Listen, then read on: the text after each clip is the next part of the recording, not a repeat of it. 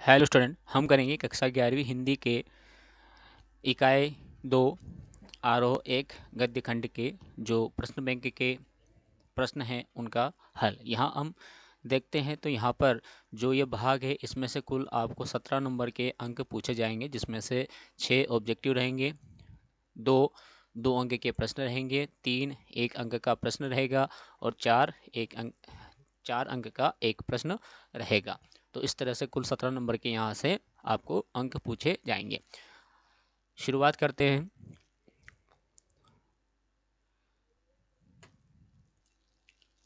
Objective प्रश्न यहाँ है, सही विकल्प चुनकर लिखिए। नमक का दरोगा कहानी का प्रकाशन किस वर्ष में हुआ है? तो ये जो वर्ष है ये है सन 1914। आदर्शोन्मुख यथार्थवाद को अपनी कहानी का आधार बनाने वाले कथाकार कौन है? तो कथाकार है यहाँ पर Premchand, option number a right है। नमक की गाड़ियाँ कहाँ जा रही थी? तो नमक की गाड़ियाँ जो जा रही थी वो जा रही थी कानपुर, ऑप्शन नंबर स में दे रखा है। मियाँ नसीरुद्दीन शब्द चित्र कृष्णा सोबती के कौन से चित्र संग्रह से लिया गया है? तो ये लिया गया है हम हशमत से, ऑप्शन नंबर स में नाम दिया हुआ है। मास्टर त्रिलोक सिंह ने धनराम को कितने का पहाड़ा करने के लिए दिया था? तो उन्होंने दिया था पहाड़ा करने के लिए 13 का। उसके बाद अगला है यहाँ पर कि मन्नू भंडारी द्वारा रचित रजनी मूलतः क्या है? तो ये पटकथा है, ऑप्शन नंबर ब में दे रखा है। जामुन के पेड़ के नीचे दबे व्यक्ति को सर्वप्रथम किसने देखा? तो यहाँ पर देखा माली ने। हिंदी का प्रथम उपन्यास माना जाता है, हिंदी का जो प्रथम उपन्यास है किसको माना जाता है? तो ये माना जाता है परीक्षा गुरु को। सरस्वती पत्रिका का प्रकाशन किस वर्ष में हुआ है? तो ये हुआ है सन 1900 में या 1900 में। तो हम लिखेंगे यहाँ पर, जब लेखक स्वानुभूति एवं स्मृति के आधार पर किसी घटना या व्यक्ति विशेष का चित्रण करता है तो वह रचना क्या कहलाती है? तो वह रचना कहलाती है संस्मरण, ऑप्शन नंबर ब में दिया हुआ है। रिपोर्टाज शब्द मूलतः कौन सी भाषा का शब्द है? तो जो रिपोर्टाज शब्द है ये फ्रेंच भाषा का शब्द है।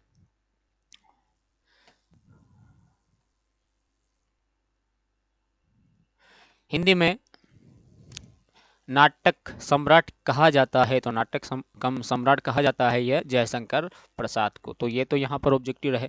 उसके बाद यहाँ आता है अगला प्रश्न, रिक्त स्थानों की पूर्ति कीजिए। तो सबसे पहला यहाँ पर कि डॉक्टर नगेंद्र ने खालिस्तान को पुनर्जागरण काल कहा है, तो ये कहा है भारतेंदु युग को। अंधेर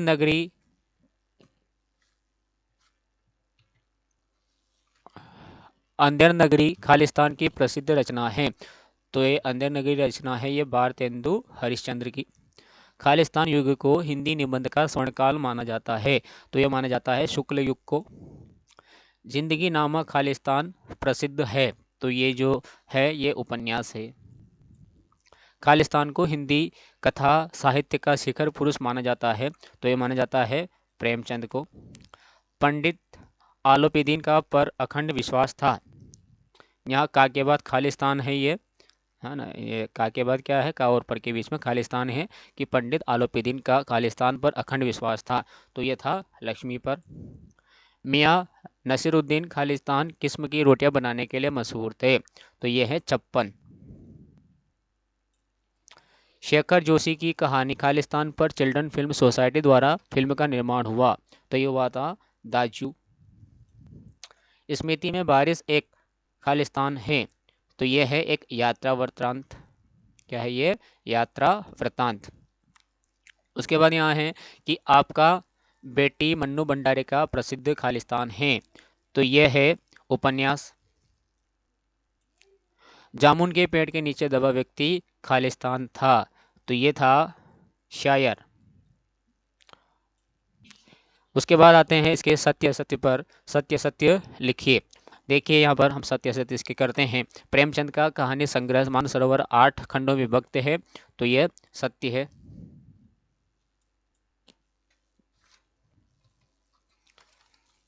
ये सत्य है। न्याय के मैदान में धर्म और धन के बीच युद्ध ठान गया, तो ये भी सत्य है। स्मृति में साल में फसल होती है, ये भी सत्य है। चौथा यहाँ पर कि संस्मरण स्मृति पर आधारित होता है, तो सत्य है। पांचवा है एक पेड़ की याद शेखर जोशी का शब्द चित्र संग्रह है, सत्य है। छठा मियां नसरुद्दीन में पंच हजारी अंदाज में सिर हिलाया, सत्य है। सातवां स्वयं के दैनिक जीवन प्रसंगों को नियमित रूप से लिखना आत्मकथा लेखन कहलाता है, तो यह गलत है। आठवां झूठा सच यशपाल का प्रसिद्ध उपन्यास है, तो ये सत्य है। रजनी में शिक्षा के वैश्वीकरण की समस्या को केंद्र में रखा गया है, तो ये भी सत्य है। जामुन का पेड़ कृष्णचंद्र का एक प्रसिद्ध संस्मरण है, तो ये असत्य है। उसके बाद यहाँ पर सही जोड़ी बनाकर लिखें, तो सही जोड़ी हम करते हैं यहाँ पर।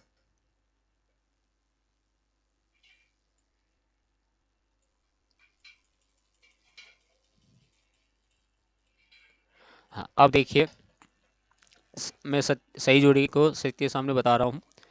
यहाँ पर सबसे पहला है बादलों के घेरे में, तो बादलों के घेरे में यह है कृष्णा सोमती, ये कृष्णा सोमती यहाँ दे रखा, ये इस तरह है। नौरंगी बीमार है, तो नौरंगी बीमार है ये है शेखर जोशी का। मैं हार गई, तो मैं हार गई ये लिखा है मन्नू भंडारी ने।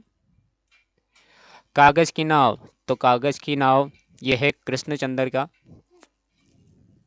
सत्य के सामने यहाँ पर इसके सामने यही दिया हुआ है, ये सत्य इसका कृष्णचंद्र। भारत माता, तो भारत माता ये लिखा है जवाहरलाल नेहरू ने। उसके बाद है धन पर धर्म की जीत, तो धन पर धर्म की जीत ये है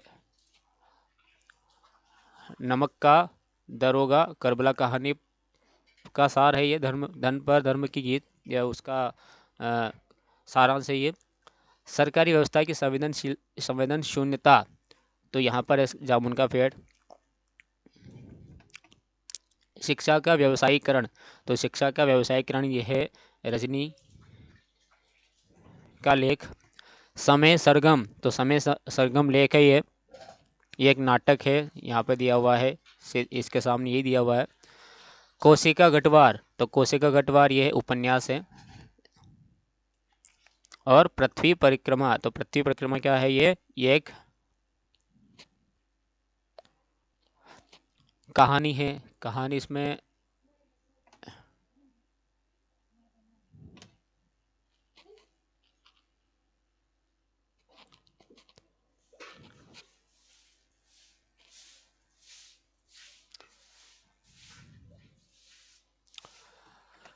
पृथ्वी परिक्रमा ये यात्रा बनता था। उसके बाद देखिए एक शब्द में या एक वाक्य में उत्तर इसके है, उनको भी हम कर लेते हैं। पहला है यहाँ पर वंशीधर ने किससे जन्म लिया था, तो यहाँ पर हमें लिखना है पंडित आलोपी दीन से। नमक का दरोगा कहानी के अंत में किसकी जीत हुई, तो यहाँ पर जीत हुई थी धर्म की। किसका कथन है तालीम बड़ी चीज़ होती है, तो ये कथन दिया था मियाँ नसरुद्दीन ने। मोहन के गुरु का क्या नाम था, तो मोहन के गुरु का नाम था मास्टर तिलोक सिंह। स्पीति घाटी हिमालय के किस भाग में स्थित है, तो ये है उसके मध्य भाग में।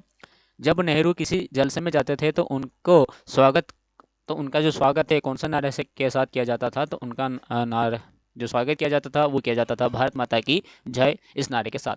जामुन का पेड़ कहाँ गिरा था, तो जामुन का पेड़ गिरा था सेक्रेटरिएट के लॉन में।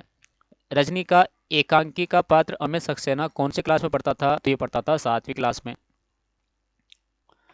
उसका नौवा क्वेश्चन है यहाँ पर कि रमेश मोहन को अपने साथ कहाँ ले गया था, तो ये ले गया था अपने साथ लखनऊ में। धनराम के पिता का व्यवसाय क्या था, तो धनराम के पिता का जो व्यवसाय था वो लुहारी का था। तो इस तरह से हमने यहाँ पर इसके जो ऑब्जेक्टिव थे एक एक नंबर जो क्वेश्चन थे उनको अच्छे से यहाँ पर कर लिया है, समझ लिया है। और इनको आप अच्छे से याद कर लेना, क्योंकि जो प्रश्न उत्तर है परीक्षा में वो प्रश्न बैंक से ही आ रहे हैं। तो इस कारण से आपको इन्हें अच्छे से याद करना ताकि आप अच्छे में से अच्छे बहुत अच्छे नंबर प्राप्त कर सके।